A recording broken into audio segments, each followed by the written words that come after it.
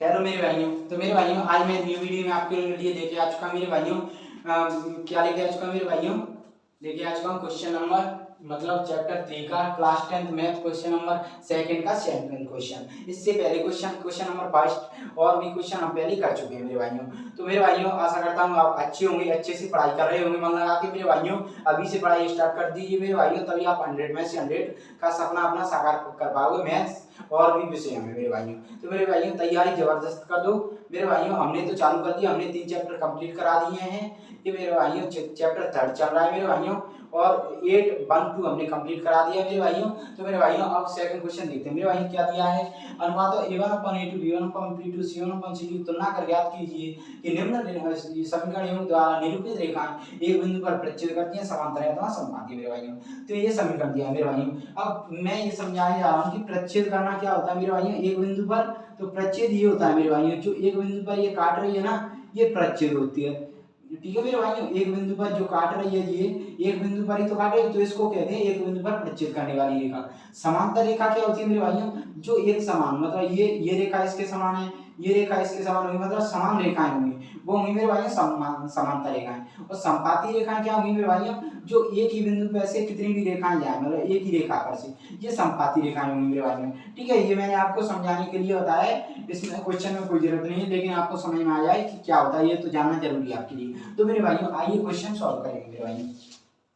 तो question solve करेंगे मेरे भाइयों। और मेरे भाइयों प्रच्छेदी समांतर और उसके लिए जो फॉर्मूला होता है हम निकाल दें, वो मेरे भाइयों मैंने इंट्रोडक्शन में करा दिया और इसमें भी मैं आगे बताऊंगा उसके बारे में, आपको इसमें भी समझ में आ जाएगा। पर इंट्रोडक्शन जरूर देख लेना, डिस्क्रिप्शन में लिंक दे दी है मैंने। ठीक है मेरे भाइयों, तो क्या दिया है मेरे भाइयों? दिया है 9x + 3y + 12 = 0, 18x + 6y + 24 = 0।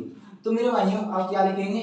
Question में दिया वही लिखेंगे, अनुपातों अनुपातों अनुपातों a1/a2, b1/b2, c1/c2 की तुलना तुलना दिया है ना समीकरण, दिए गए रेखिक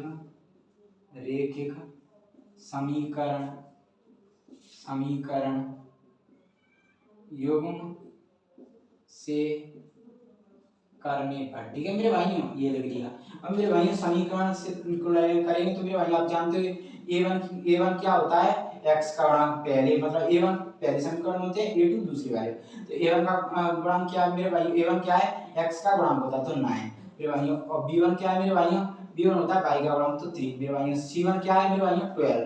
अच्छा पर a2 क्या है मेरे भाइयों? a2 क्या है? x का गुणांक मतलब दूसरे एक समीकरण का, तो 18। और मेरे भाइयों b2 क्या है मेरे भाइयों? 6, तो 6 y का गुणांक। और c2 क्या है मेरे भाइयों? 24। ठीक है मेरे भाइयों। अब मेरे भाइयों तुलना करें तो a1/a2 क्या हो जाएगा मेरे भाइयों?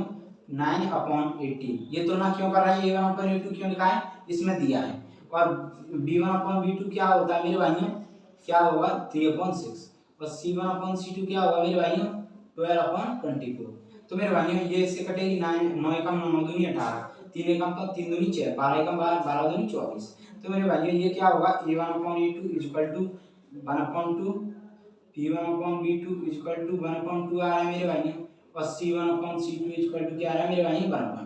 तो मेरे भाइयों जैसा कि आप देख सकते हो ये तीनों की वैल्यू a1/a2, b1/b2, c1/c2 बराबर आ रही है, मतलब 1/2 1/2 1/2, मतलब तीनों बराबर, किसी में कोई डिफरेंस नहीं है, ना माइनस ना मतलब प्लस की, तीनों आ रही है बराबर।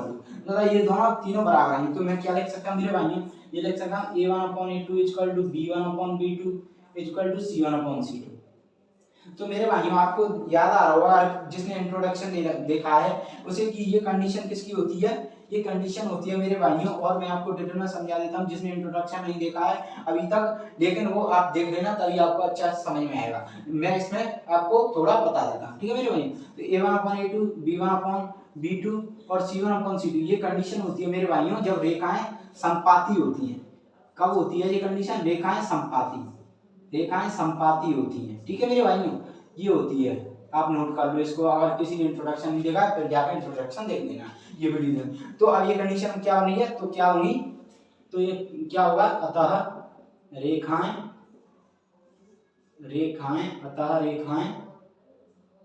रेखाएं संपाती होंगी।